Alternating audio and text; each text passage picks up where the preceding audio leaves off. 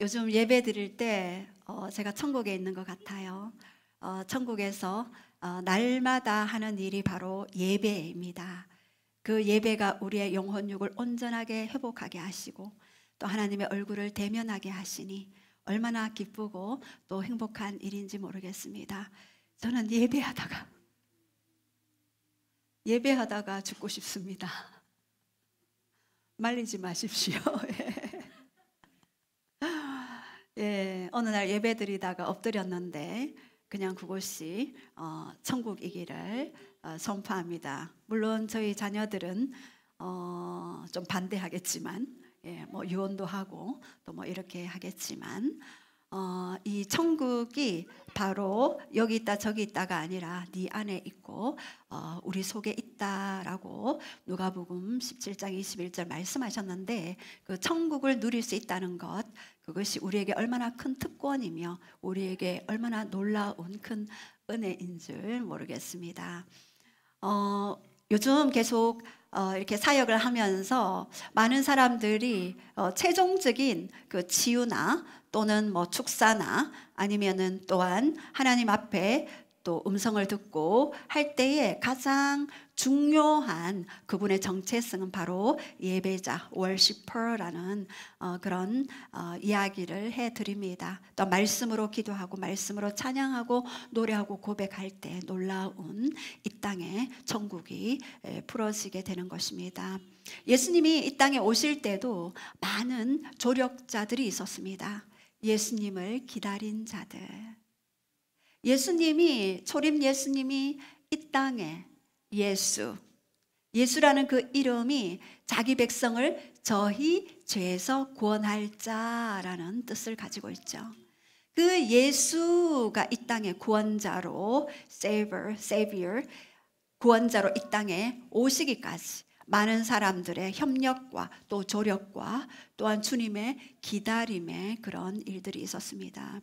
이미 아담이 범죄한 그 순간부터 하나님은 우리를 구원하실 계획을, 그 조치를 이미 세웠습니다. 창세기 3장 15절에 여자의 후손으로, 또 이사야 7장 14절에 처녀 동정녀에게서 아이가 태어날 것을 임마누엘로 올 것이다.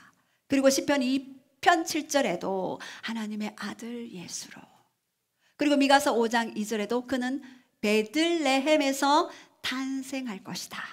그리고 이사야 11장 1절에도 이새의 줄기에서 한 싹이 날 것이다.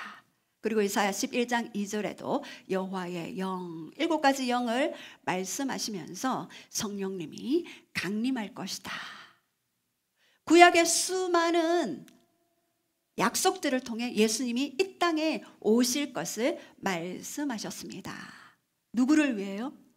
우리를 위해. 누구를 위해요? 당신을 위해. 우리 좌우에 계신 분들께 한번 그렇게 고백했으면 좋겠습니다. 당신을 위해 예수님이 이 땅에 오셨습니다. 당신을 위해 이 땅에 오셨습니다. 예, 이렇게 예수님은 구약의 4,000년 이상의 시간을 기다리시면서 말라기 선지자 이후에 400년 동안 침묵하시고, 침묵 이후에 빛이요 생명이요 길이요 진리 되신 예수 그리스도를 이 땅에 보내셨습니다. 많은 사람들은 성탄절을 홀리데이로 생각하지만 우리는 성탄절을 예수님이 이 땅에 오셨고 우리의 구원과 그리고 구원 속에 담긴 놀라운 천국의 그 권능들을 이 땅에 풀어낼 수 있는 자의 정체성을 회복하시고 또 다시 오실 주님을 기다리는 그러한 일들을 계획하셨습니다. 오늘은 대림절 넷째 주일이죠. 대림절이란 예수님이 이 땅에 오심을 기다리며 다시 오실 예수 그리스도 재림의 주님을 기다리는 시즌이고 기간이다. 절기를 우리에게 주시면 기억하라.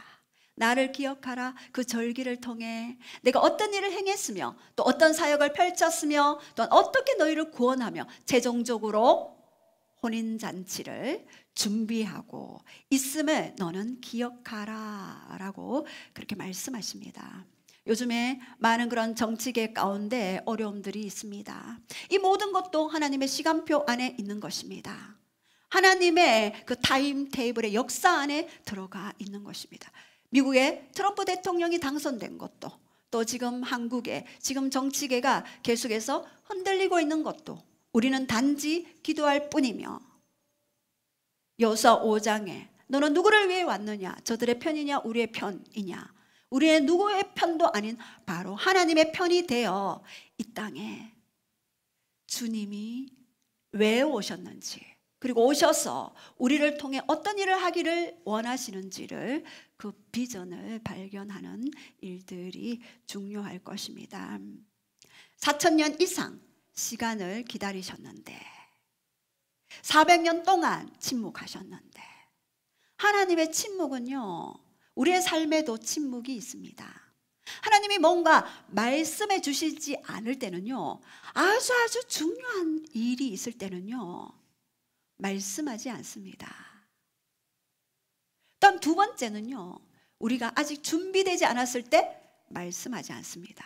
왜요? 미리 다 알려주면은요, 우리는 지레 겁먹고 그 길을 가지조차 않습니다.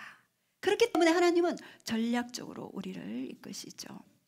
그러나 갈라디아서 4장 4절에 때가 참에 그 아들을 보내사 율법 아래 나게 하신 것은 율법 아래 있는 모든 자들을 속량하기 위함이라. 율법 아래 있는 모든 자들을 속량하기 위해 율법 아래에서 나게 하셨습니다. 이것이 하나님의 딜레마이며 이것이 하나님의 놀라운 전략입니다.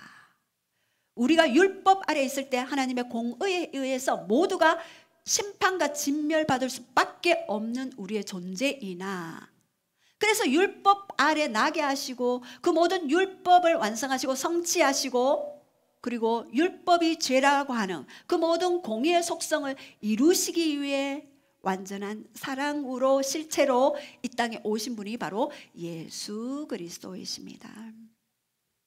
예수님 탄생을 위해서 하늘과 땅에서 모두가 협력했습니다. 시몬도 안나도 세례 요한도 요셉도 마리아도 모두가 하나님의 조력자였고, 예수님이 이 땅에 오심을 기다리며 준비하며 나아갔던 자들이었습니다. 오늘 말씀을 통해 이들의 삶의 그런 라이프 스타일을 통해 우리도 다시 오실 그 주님을 기다릴 때 이분들의 속성, 이분들의 마음, 이분들의 행함을 좀 배워보기를 원합니다. 첫 번째, 기도하는 자 시몬과 안나를 택하셨습니다. 먼저 우리 시몬을 보겠습니다. 누가복음 2장 25절에 우리 다 함께 그렇게 선포하시겠습니다. 시작. 예루살렘에 시몬이라 하는 사람이 있으니 이 사람은 의롭고 경건하여 이스라엘의 위로를 기다리는 자라. 성령이 그 위에 계시더라. 예, 시몬은요 평생을 의롭고 경건하게 살아왔습니다. 여기서 의롭다라는 디카이오스는요 단순히 선하고 단순히 도덕적으로 흠이 없다라는 의미가 아니라 이스라엘의 위로를 기다리는 자였기 때문에 디카이오스라는 명칭을 받을 수 있었습니다. 이스라엘의 위로를 기다리는, 누가 이스라엘을 위로하겠습니까? 로마의 압제에 식민지에 노예로 있었는데 누가 위로하겠습니까? 여러분, 사람이 아무리 위로해본들 그 위로는 조금 잠시 위로받게 되지 않습니다. 영원한 위로자 예수 그리스도를 기다리는 자로 시몬을 사용하셨습니다. 그의 첫 번째 미션은 뭐냐? 바로 2장 25절에 성령이 그 위에 계시더라. 그리고 그가 주의 그리스도를 보기 전에는 너는 죽지 아니하리라. 성령의 지시를 받았습니다. 이분의 첫 번째 미션은 바로 그리스도를 보기 전에는 너는 죽지 못할 것이야. 너에게 그리스도를 볼 특권을 준다. 그러니 너는 성전에서 기도하라는 성령의 지시를 받았습니다. 400년 동안 말라기 이후에 선지자도 없었고 계시도 없었고 말씀도 없었습니다. 그 누구도 하나님의 음성을 대언하거나 선포하거나 주장하거나 선언하는 자는 그 땅에 없었습니다. 이제 하나님은 깊이 침묵하시면서 누구를 통해 나의 뜻을 이룰까? 누구를 통해 나의 구원자 예수 그리스도를 보낼까? 그 하나님의 눈이 온 땅을 두루 다니며 전심으로 자기를 향하는 자에게 능력을 베푸시기 위해 봤는데 시몬이 탁 보였어요. 왜요? 이스라엘의 위로를 기다렸기 때문입니다. 여러분, 하나님은요, 시편 말씀에 깨끗한 자에게는 주의 깨끗하심을 보이시고 완전한 자에게는 주의 완전하심을 보이시고 자비한 자에게는 주의 자비하심을 보이시고 악한 자에게는 그의 거스름을 보이신다라고 그렇게 말씀하셨습니다. 구하는 자에게 구하는 것을 주시고 찾는 자에게 찾는 것을 주시고 문을 두드리는 자에게 열려진다. 마태복음 7장 7절 말씀하셨습니다. 구하는 그것, 찾는 그것, 문을 두드리는 그것을 주시는 분입니다. 이스라엘의 위로를 기다렸던 시몬에게는 성령의 지시로 어떻게 했습니까? 네가 죽지 아니하는데 언제까지? 예수 그리스도가 이 땅에 오는 것을 보기까지 너는 죽지 아니하리라는 그런 하늘의 미션, 하늘의 비전을 시몬은 받았던 것입니다. 시몬은 성령의 사람이었습니다. 아직 성령이 내리지 않던 성령님이, 예수님이 첫 번째 보혜사로 오시고 두 번째 보혜사 성령님이 그 땅에 완전하게 실체를 드러내지 않은 그때에 이미 시몬은요, 임하시는 성령님에 의해 택함받은 자였고 이스라엘의 위로자를 기다리는 그 미션을 너는 행해라. 여러분, 기다리는 것이 얼마나 힘든 것인 줄 아십니까? 여러분, 응답이 되기까지 기다리는 그 시즌은 너무나 자기 자아를 꺾고 자기 자아를 죽이지 않으면은 그 기다림에 끝까지 기다리지 못해서 응답받기 직전에 다 놓치는 분들이 너무나도 많이 있습니다. 그러나 이 시몬은요, 끝까지 그리스도가 이 땅에 오실 때까지 기다리며 기도했던 것입니다.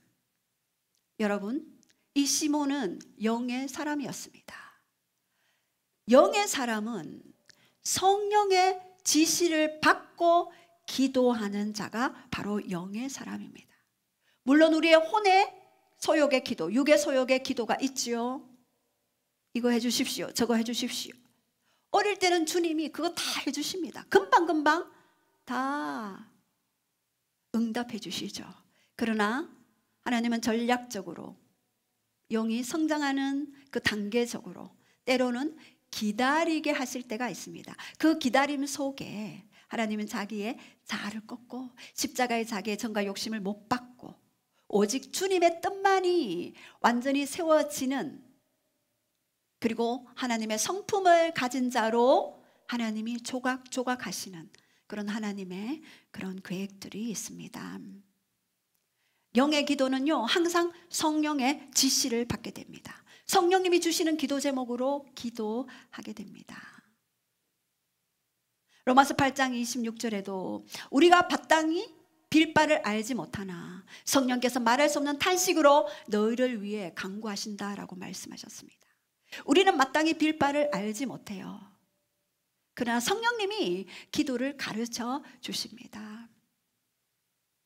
제가 오래전에 어떤 분에게, 그분은 항상 이렇게 기도 제목을 알려주시면서 이렇게 기도해 주십시오라고 했습니다.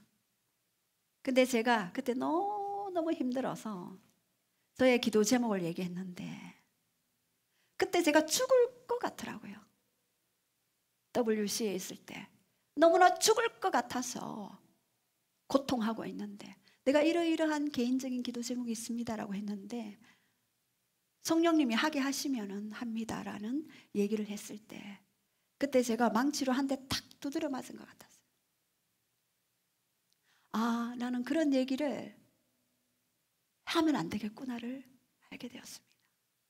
아, 그렇습니까? 우리 함께 기도하시죠. 이렇게 대답을 해야 되겠는구나. 우리는 많은 그런 연약함과 실패를 통해서 또 많이 배우기도 하죠. 그래서 그 사람 안에 있는 그 고통, 그 처절한 아픔이 무엇인지를 또 알고 함께 기도하는 것이 굉장히 또 중요한데요. 아마 또 그분은 성령의 지시만 따르는 그러한 높은 영의 단계에 올라갔기 때문에 또 그런 말씀을 또 하실 수도 있겠구나라고 그렇게 생각해 봤습니다. 예. 이제 시몬의 기도의 모델은 바로 첫 번째는요, 성령의 부으심을 받는다. 첫 번째 기도의 단계는요, 바로 성령님을 먼저 구하고 그분이 오셔야지만이 우리가 영에 이끌린 기도를 할 수가 있는 것입니다. 어이롭고 경건한 자였지만 그는 이스라엘의 위로를 기다리는 자였고 성령님이 그 위에 계시더라. 그리고 두 번째, 성령님이 부어지면 두 번째로 성령님의 지시를 받는 것입니다. 시몬은 어떤 지시를 받았나요? 네가 죽기 전에는, 네가 그리스도를 보기 전에는 죽지 아니한다 하는 그런 지시를 받았죠. 그래서 우리의 모든 기도는 성령님의 지시가 필요한 것입니다. 또 세 번째, 성령님의 인도를 받는 것입니다. 누가복음 2장 35절에 보면은요, 그리스도의 보기 전에는 죽지 아니한다는 미션을 가지고 기도했을 때 성령의 감동으로 어디를 들어갔나요? 성전에 들어가게 됐을 때 마침 누가 왔나요? 마리아와 요셉이 아기 예수를 안고 들어왔죠. 이때는요, 이스라엘이 애굽에서 출애굽할 때에 첫 장자의 죽음을 통해 이스라엘 백성들이 유월절 어린 양을 통해 좌우에 문설주와 문인방에 어린 양의 피로 덮고 살아남는 그것을 기념하기 위해 초태생과 장자는 모두 하나님의 것이다. 그래서 성전에 들어가서 그 아이를 위해, 첫 장자를 위해 하나님 앞에 예배 드리며 양이나 비둘기를 드리며 예배 드리는, 이제 이스라엘의 장자를 레위인으로 하셨기 때문에 레위인을 통해서 장자의 그 값을 치르게 되었죠. 이렇게 마리아와 요셉이 아기 예수를 안고 기도하는 시몬에게 먼저 나타나 보이셨습니다. 이스라엘을 위로를 기도하는 자 시몬. 우리는 기도하는 자에게는요, 성령의 감동으로 뭔가 이끌려갈 때 그 응답들을 보게 하시고 알게 하시고 듣게 하십니다. 포도주가 떨어진 혼인잔치에 물떠온 하인만이 물로 포도주가 되었던 것들을 깨닫게 되었듯이 바로 이러한 것들이 있습니다. 첫 번째는 시몬이 이스라엘의 위로를 기다린 자로 성령의 지시로 네가 죽기 전에는 그리스도를 볼 때, 죽기 전에는 그리스도를 반드시 보게 되리라 라는 성령의 지시를 받았고 그 응답을 이루었던 자 시몬이 있었습니다. 두 번째는 안나였습니다. 누가복음 2장 36절에 우리 다 함께 선포하시겠습니다. 시작. 또 아셀 지파 바누엘의 딸 안나가 하는 선지자가 있어 나이가 매우 많았더라. 그가 결혼한 후 7해 동안 남편과 함께 살다가 마침 이때에 나와서 하나님께 감사하고 예루살렘의 속량을 바라는 모든 사람에게 그에 대하여 말하니라. 예, 여기에 안나가 나옵니다. 안나는 성전을 떠나지 아니하고 주야로 금식했다라는 그러한 말씀이 있습니다. 그가 결혼한 후, 당시에는 조혼이 유행했습니다. 15세, 16세에는 결혼을 했고, 그리고 결혼한 후 7해 동안 남편과 함께 살다가 이제 남편이 돌아가시고 날마다 성전에 나와 금식하며 기도하는 그런 미션을 안나는 받았던 것입니다. 84세, 뭐 여러 가지 설이 있습니다. 뭐 84세, 지금 현재 84세다 아니면은 또한 84세에서 뭐 7년, 15년 더해서 105세 정도 됐을 것이다. 이러한 썰이 있지만 어쨌든 남편이 일찍 돌아가시고 성전에서 깨어 금식하며 기도했던 안나가 누구를 만났습니까? 바로 예수님이 태어난 것을 보게 되었습니다. 시몬과 함께. 바로 깨어서 기도하는 자에게는 영안이 열려서 예수님이 이 땅에 오심을 보게 되는 것입니다. 하나님의 비밀인 그리스도를 보게 되시고, 그리고 안나의 그런 기도하는 미션이 이루어졌음을 알게 하셨습니다. 지혜와 계시의 영이 임할 때 우리는 이 안나처럼 날마다 기도로 깨어 있을 때 마지막 재림의 주님이 언제 오실지, 우리는 어떻게 준비해야 될지, 우리는 어떤 사명을 감당해야 할지를 알게 되는 것입니다. 이렇게 초림의 주님을 안나는 보았습니다. 24시간 금식하고 기도했을 때. 그리고 우리의 재림의 주님을 보게 되는 것도 바로 이 안나의 사명, 기도하고 금식하며 주님 앞에 깨어있을 때 재림의 주님도 볼 수 있습니다. 시몬과 안나는 기도의 미션을 허락하셨습니다. 여러분, 많은 사람들이 있지만 또 때로는 기도하는 자로 여러분을 사명을 주실 수가 있습니다. 날마다 너는 성전에서 기도해라. 재림의 주님이 올 때까지 너는 깨어서 중보해라 라는 그 사명을 감당합니다. 또 외치는 자 세례 요한이 있습니다. 바로 예수님이 오시기 6개월 전에 세례 요한은 태어났습니다. 우리 다 함께 한번 말씀을 선포하시겠습니다. 시작. 요한이 요단강 부근 각처에 와서 죄사함을 받게 하는 회개의 세례를 전파하니 선지자 이사야의 책에 쓴 바 광야에서 외치는 자의 소리가 있어 이르되 너희는 주의 길을 준비하라. 그의 오실 길을 곧게 하라. 모든 골짜기가 메워지고 모든 산과 작은 산이 낮아지고 굽은 것이 곧아지고 험한 길이 평탄하여질 것이요 모든 육체가 하나님의 구원하심을 보리라 함과 같으니라. 세례 요한은 예수님 오시기 6개월 전에 태어났죠. 말라기서 1장 1절에 보면은요, 이스라엘에게 말씀하신 경고라. 이스라엘에게 말씀하신 경고라. 말라기 선지자를 통해 말씀하시고 난 이후에 400년 동안 침묵이 있었다 그랬지요. 왜 400년일까요? 제가 이 부분이 너무나 궁금했습니다. 주님 왜 400년이었습니까? 기도하는데 그 감동을 주신 것이 아브라함에게 너가 모든 민족의 아비가 될 것이다. 그러나 이스라엘 백성들이 400년 동안 바로의 압제에서, 이집트 압제에서 노예 생활을 할 것이고 그 이후에 많은 민족을 이끌고 나오게 될 것이다. 그 400년 동안 바로의 압제 밑에 있었듯이 말씀도 없고 계시도 없고 선지자도 없었던 이 400년 동안은 바로 흑암의 악한 영의 노예의 삶을 살아갈 수밖에 없었던 시즌이 되지 않았을까.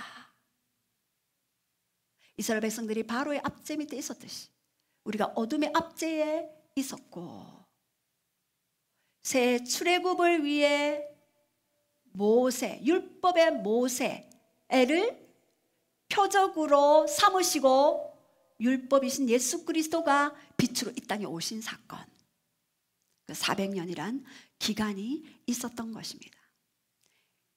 바로 세례 요한의 아버지는 사가랴였죠. 이 사가랴는요, 그 반열대로 제사하면서 성소에서 분향했습니다. 이 분향은요, 계시록 8장 3절에 기도로 하나님 앞에 올려드렸던 일들입니다. 나머지 제사장들은 다 밖에서 기도하고 있었죠.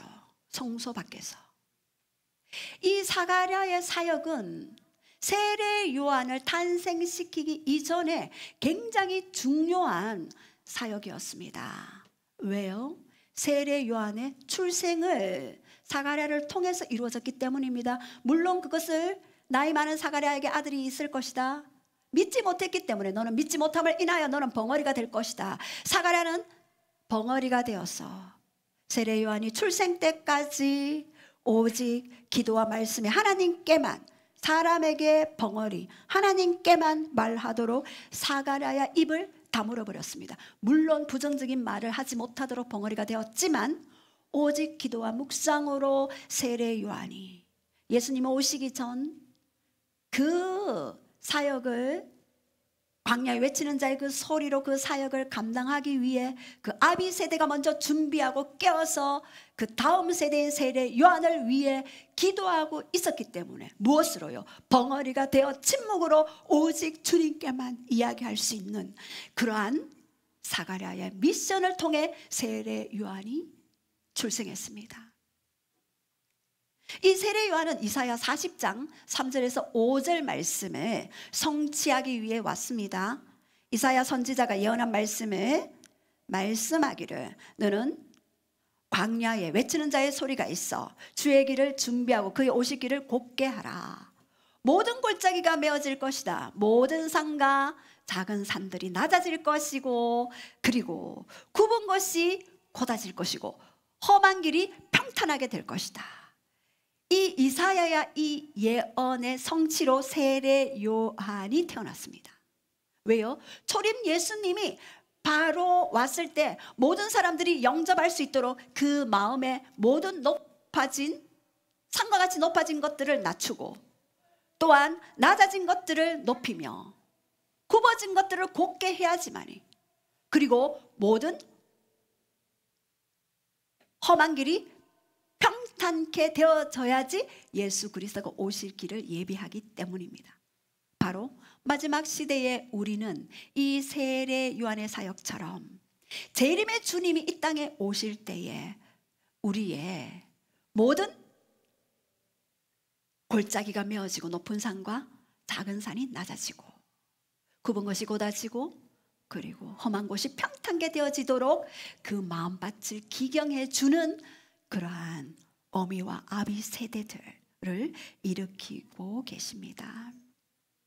바로 이 세례 요한은요 메시아의 그 선구자요 말라기에 예언된 구약의 마지막 선지자로서의 외침이 있었습니다. 여러분 말씀이 로마 황제에 임한 것도 아니고 그리고 성전에 있는 대제사장에게 임한 것도 아니었습니다. 그저 빈들에 있는 세례 요한에게 임했습니다.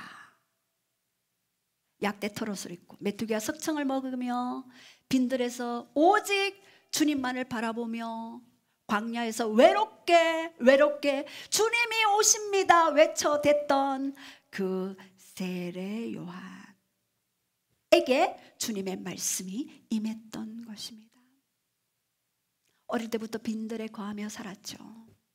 들판에서 아무것도 없는 집도 물도 길도 없는 그 광야에서 살았던 이 세례 요한을 주님은 사용하시고 찾아오셨던 것입니다.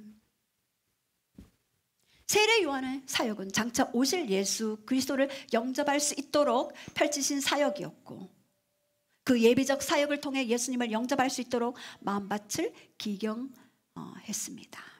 우리 모두는 세례 요한의 영을 가지고 마지막 재림의 때에 주님이 우리의 마음속에 완전하게 자리 잡으실 수 있도록 우리의 마음을 열어드려야 합니다. 우리의 가정에, 우리의 가문에, 우리의 후손들에게 그러한 세례 요한의 영으로 사역을 해야 되겠죠. 이제 기도하는 시몬과 안나, 광야에 외치는 자의 소리 시몬, 세례 요한이 있었죠. 이제 요셉을 봅니다. 요셉도요 정말 대단한 인물이었습니다. 우리 18절에서 20절 우리 한번 선포하시겠습니다. 시작. 예수 그리스도의 나심은 이러하니라. 그의 어머니 마리아가 요셉과 약혼하고 동거하기 전에 성령으로 잉태된 것이 나타났더니 그의 남편 요셉은 의로운 사람이라 그를 드러내지 아니하고 가만히 끊고자 하여 이 일을 생각할 때에 그의 사자가 현몽하여 이르되 다윗의 자손 요셉아 내 아내 마리아 데려오기를 무서워하지 말라. 그에게 잉태된 자는 성령으로 잉태된 것이라. 요셉은 예수님의 탄생에 아주 결정적인 조력자였습니다. 이 마리아가 성령으로 예수님을 잉태했는데요. 그의 남편 마리아 요셉은 의로운 사람이라 라고 말씀하셨습니다. 여러분, 어느 날 요셉은요, 아직 결혼도 하지 않았는데 약혼 중에 마리아가 임신했다는 소식을 들었습니다. 여러분이 만약 요셉이라면 1번 당장 끊는다. 2번 그래도 이유라도 들어보자. 3번 화를 내면서 어디 나 외에 다른 사람하고 그럴 수 있어. 그러면서 구타한다. 4번째, 사정이 있겠지. 그냥 넘어가자. 1번, 2번, 3번, 4번. 사정이 있겠지. 그냥 넘어가자입니다. 전부.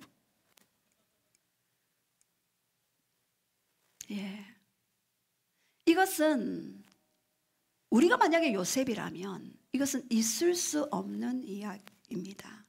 요셉은 의로운 사람이라 바로 디카이오스, 시몬과 동일한 단어를 사용합니다.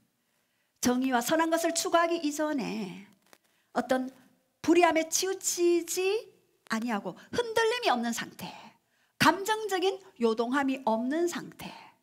이야, 이럴 수가 있습니까? 어떻게 감정적인 흔들림이 없는 디카이오스의 상태가 될 수가 있을까요? 이분은 굉장히, 이 요셉은요, 구약에 정통한 사람이었습니다. 왜요? 이 요셉의 조상은 다윗이었잖아요. 다윗의 조상 아브라함. 그 위에 올라가면은 그 족보들이 나오죠. 이 요셉은요, 말씀을 알지 못하고는 동정녀 마리아의 출생을 염두에 두지 않았을 것입니다. 그러나 구약을 알았기 때문에 동정녀 마리아의 출생, 이사야 7장 14절 그 말씀을 알았고, 임마누엘로 너에게 올 것이다, 그리고 징조를 보일 것인데 처녀가 아들을 잉태할 것이다를 이미 알고 있었던 사람이었습니다.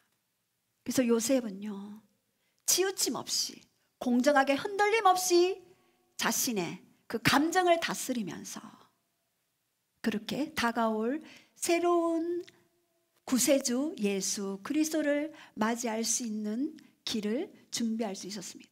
당시 율법의 돌로 맞거나 아니면은 공에 끌려가서 비참하게 멸시와 조롱을 받을 마리아의 그 모습을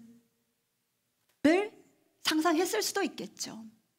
그러나 가만히 끊고자 했습니다. 그냥 가만히 있었습니다. 마리아를 배려했던 것이죠. 바로 새 시대의 구원자 예수를 품는 의로운 디카이오스의 모습을 가진 이 요셉의 모습을 우리가 봅니다. 아주 마리아를 배려했죠. 만약 요셉이 자기 주장을 내세웠다면, 분열과 다툼과 그 고집으로 했다면 예수님은 이 땅에 오실 수 없었습니다. 요셉은 20절에 보면은요, 이 마리아의 임신 소식을 듣고 주의 사자가 현몽하고 이르되 다윗의 자손 요셉아, 여기서 다윗의 자손 요셉아라고 그렇게 말씀해 주시죠. 네 안에 마리아 데려오기를 무서워하지 말라. 여기서 무서워하지 말라는 do not be afraid입니다. 두려워하지 말라라고 그렇게 말씀하셨습니다. 그에게 잉태된 자는 성령으로 된 것이다. 요셉의 두려움이 있었죠. 이때까지 율법을 공부했고 율법대로 살아온 자, 한 번도 율법의 경계 밖으로 나가지 못하고 그 경계 밖에 있는 그 모든 것들을 내 속에 끌어들이지 못했던 그런 의로운 자 그 요셉에게 천사 가브리엘은 이야기했습니다. 성령으로 잉태된 자이니 무서워하지 말고 두려워하지 말고 그를 데려오라. 요셉의 딜레마였죠. 무엇을 선택해야 하는가? 저는 요셉이 되어봤습니다. 과연 제가 그런 마리아를 용서했듯이 저의 용서할 수 있을까? 하는 그러한 마음이 들었습니다. 말씀을 모르면 용서도 없었고 예수님도 없었습니다. 그러나 요셉에게는 말씀이 있었기 때문에 능히 그것들을 감당할 수 있는 힘이 있었습니다. 요셉의 생각, 요셉의 감정이 발동하지 아니하고 오직 말씀이신 그 율법에서 말하는 그 예수님 탄생을 묵상했기 때문에 이 부분을 능히 수용하고 용납하고 받아들일 수 있었던 것입니다. 여러분, 꿈에 요셉에게 나타났죠. 꿈도 세 가지 꿈이 있어요. 하나님이 주시는 꿈, 심리적인 꿈, 사탄이 주는 꿈이 있습니다. 우리는 이 꿈도 분별해야 합니다. 우리가 심리적으로 너무나 막 그것을 원하면 그 꿈에 나타날 수도 있어요. 또 사탄도 그 꿈을 줄 수가 있어요. 그러나 하나님의 꿈은 말씀에서 벗어나지 않습니다. 말씀의 바운더리 안에서 말씀하시고 계시해 주십니다. 꿈은 굉장히 중요하죠. 요셉의 꿈이 있었고 꿈 하나 때문에 총리의 자리에 오를 수 있었죠. 다니엘의 꿈 때문에 이스라엘 백성들의 포로 기한에 놀라운 그러한 기도가 행해질 수 있었습니다. 자, 그렇다면 순종하는 자 마리아를 보겠습니다. 우리 누가복음 1장 34절에서 38절 우리 마리아를 한번 보겠습니다. 시작. 마리아가 천사에게 말하되 나는 남자를 알지 못하니 어찌 이 일이 있으리이까. 천사가 대답하여 이르되 성령이 내게 임하시고 지극히 높으신 이의 능력이 너를 덮으시리니 이러므로 나실 바 거룩하신 이는 하나님의 아들이라 일컬어지리라. 보라, 내 친족 엘리사벨도 늙어서 아들을 배었느니라. 본래 임신하지 못한다고 알려진 이가 이미 5달이 되었나니 대저 하나님의 모든 말씀을 능하지 못할 심이 없느니라. 망하리라가 이르되 주의 여종이오니 말씀대로 내게 이루어지이다 하매 천사가 떠나가니라. 아멘. 예. 마리아도요 바로 다윗의 후손이었습니다. 누가복음 3장에는 마리아의 족보를 얘기하죠. 마태복음 1장에는 요셉의 족보를 이야기합니다. 마태복음 1장에는요 그 요셉이 어떻게 출생했고 누가복음 1장에는 마리아가 어떻게 왔는가. 바로 마리아의 아버지는 헬리였고 그리고 밧세바의 세 번째 아들 나단을 통해서 태어난 자의 후손이었습니다. 모두가 다 요셉, 다윗의 그러한 자손이었습니다. 다윗이 이미 왕이 될 것을 야곱이 예언했던 것들을 마리아도 알고 있었습니다. 야곱이 죽기 직전 창세기 49장에 유다에게서 왕이 나올 것이다. 야곱이 147세로 죽었고 네 번째 아들인 유다에게 말씀하셨죠. 이 다윗이 유다 라인이었고 이 마리아도 유다 라인이었죠. 그래서 왕으로 오실 것인데 계시록 5장 5절에 유다 지파인 사자인 다윗의 뿌리가 이겼다라고 그렇게 말씀하셨습니다. 예수님은 유다 지파에서 나왔고 다윗의 뿌리로 오신 예수님이시고 왕으로 오신 것을 말씀하셨습니다. 요셉도 마리아도 모두 다윗의 후손이었고 그리고 다윗의 후손으로 오실 예수 그리스도를 이미 말씀을 통해 알고 있었던 자들입니다. 말씀을 모르면 예수님이 언제 오셨는지 왜 오셨는지 알 수가 없는 것입니다. 왜 재림하시는지 알 수가 없는 것입니다. 언제 오실지 알 수가 없는 것입니다. 그래서 우리는 깨어 말씀에 집중해야 되겠죠. 여기서 나는 사내를 알지 못하오니 어떻게 내가 예수님을 그 아이를 놓을 수 있겠습니까? 라고 했을 때 37절에 대저 하나님의 모든 말씀은 능하지 못하심이 없느니라. 하나님의 모든 말씀은 능하지 못하심이 없다라고 말씀하셨는데 이 말씀은요 바로 창세기 18장 14절에 사라에게 하신 말씀이에요. 사라에게 이미 다 경수가 끊어졌고 인간이 뭔가를 아이를 놓을 수 있는 모든 환경적인 물리적인 생리적인 모든 것들이 끊어졌을 때 천사가 이야기하죠. 하나님에게는 능하심이 못하심이 없다라고 사라에게 이야기했던 것입니다. 바로 이 사라를 통해 이삭이 출생했고 이 이삭이 바로 이스라엘 민족의 태동의 근원이 되었듯이 이 마리아의 하나님의 모든 말씀은 능하지 못하심이 없느니라 라고 했을 때 예스, 주의 계집종이 오니 말씀대로 이루어지이다라는 그 고백을 통해 누가 태어났나요? 바로 예수 그리스도가 이 땅에 출생할 수 있는 환경과 모든 발판들을 마련했습니다. 아브라함도 모든 민족이 너를 통해서 복을 받으리라. 창세기 12장에 그 말씀의 성취로 예수 그리스도가 마리아를 통해 하나님의 모든 말씀은 능하지 못하심이 없느니라는 그 말씀을 통해 모든 민족이 너를 통해 구원을 받게 될 것이다. 그 말씀이 요한복음 1장 29절에 세상 죄를 지고 가는 하나님의 어린 양으로 오셔서 로마서 10장 13절에 누구든지 주의 이름을 부르는 자 구원을 얻을 것이다 말씀하셨습니다. 그래서 갈라디아서 3장 29절에 너희가 그리스도의 것이면 아브라함의 자손이요 약속대로 유업을 받을 것이다 말씀하셨습니다.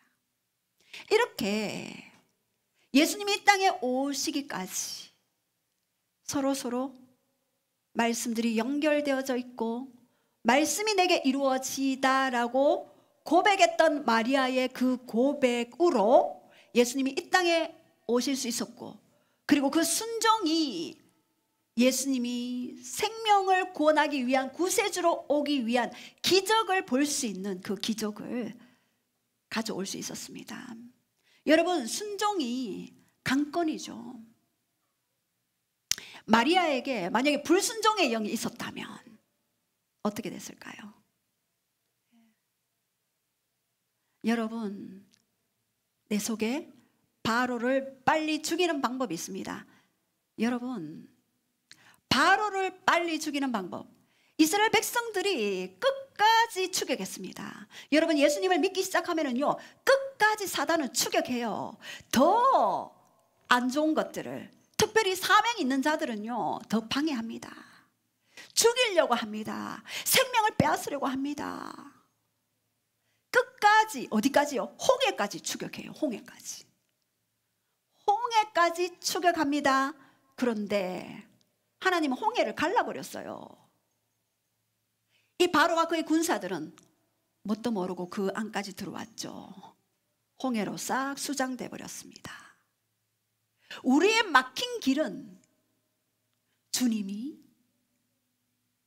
바로와 그의 백성들을 완전히 죽이기 위한 하나님의 작전이요, 바로를 빨리 죽이기 위해서는 내가 죽으면 빨리 열립니다. 제가 그것을 발견했습니다. 야, 바로를 빨리 죽여야 돼. 바로를 향하여 대적하고, 근데 안 떠나가요. 대적해도 더 강력하게 옵니다. 내가 죽으면 바로는 끝인 거예요. 이렇게 사단은요, 끊임없이 우리의 마리아의 육적인 속성을 건드리려고 했겠죠. 에덴 동산에 있었던 이 뱀의 먹이는요, 불순종하는 육의 먹잇감을 가지고 살아갑니다. 나중에 계시록에 가면 드래곤 용이 되었잖아요. 육의 소욕을 먹고 해서 마지막에는 용이 되었어요. 인류의 모든 죄를 먹고, 사단의 먹잇감은 죄잖아요. 인류의 죄를 먹고 용까지 되어버렸어요. 이제 우리는 더 강력하게 재림의 주님을 준비하기 위해, 이렇게 예수님의 초림을 맞이하기 위해 기도하는 시몬과 안나가 있었죠. 외치는 자의 소리 세례 요한이 있었죠. 또한 예수를 잉태했던 요셉의 의로움과 그리고 그의 배려하는 마음, 가만히 끊고자 하여, 그리고 마리아의 그런 자기의 모든 소욕을 내려놓고 그 속에 바로가 침범하지 못하도록 오직 말씀대로 내게 이루어지다 순종하는 자들이 있었기 때문에 예수님이 이 땅에 오실 수가 있었듯이, 우리 역시도 각자의 사명을 여러분 다르게 주실 겁니다. 누구는 시몬, 누구는 안나, 누구는 세례 요한, 누구는 요셉, 누구는 마리아로 부르셨습니다. 우리 오늘 기도할 때 주님, 우리가 초림 예수님을 준비하고 그리고 하나님을 기다리던 자들이 있었습니다. 예수님은요, 기다리는 자들을 통해 오십니다. 시몬의 기도로, 안나의 기도로, 그리고 또한 세례 요한의 외침으로, 또한 요셉의 의로움으로, 마리아의 순종으로 예수님을 기다리던 자들에 의해 예수님은 이 땅에 오실 수가 있었던 것입니다. 그렇기 때문에 우리가 구원받았고, 그렇기에 우리가 새로운 생명을 얻었고 천국의 사람으로 이 땅의 천국을 풀어내며 다시 오실 그 주님을 기다리는 자로 우리를 콜링하십니다. 우리는 영적 시몬이 되고 영적 안나가 되고 영적인 세례 요한이 되며 영적인 요셉이 되며 영적인 마리아가 되어야 할 것입니다.